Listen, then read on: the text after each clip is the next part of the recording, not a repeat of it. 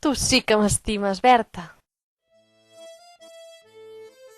La Berta era una nena fantàstica que estimava moltíssim els animalons.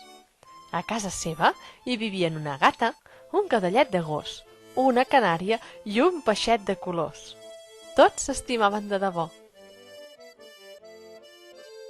Una tarda, però, quan la Berta va tornar d'escola, se'ls va trobar tots ben pansits. La piula, que solia rebre-la amb els seus alegres refilets de canària presumida, s'estava palplantada, mirant els núvols passar. En Quisso, que sempre apareixia fent corredisses i lladrant darrere la seva piloteta vermella, s'estava mig endormiscat als peus del sofà. Aquella tarda, la Berta també va trobar a faltar el ronc suau de la seva gata, la Misha, que sempre li demanava magarrufes cargolant-se-li entre les cames.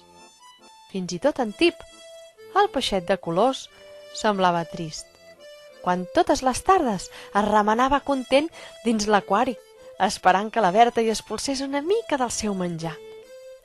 La Berta no se'n sabia venir. Què els devia haver passat? «Hola, amics meus! Què us passa avui? Que sembleu tan tristos!» els va dir la Berta. La piula va refilar.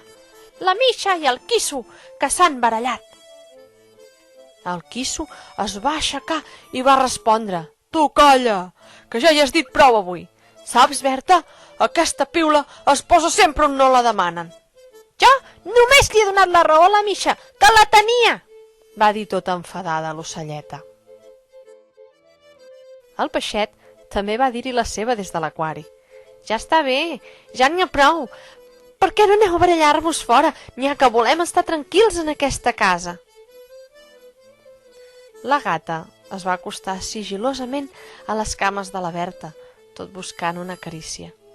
«Ai, Berta, estic tan trista», li deia somicant. «Tan feliços que érem tots quatre. No sé pas què farem». La Berta, que era una nena que escoltava des del cor, sabia que els seus amics s'estimaven moltíssim i que de ben segur voldrien resoldre aquell embolic.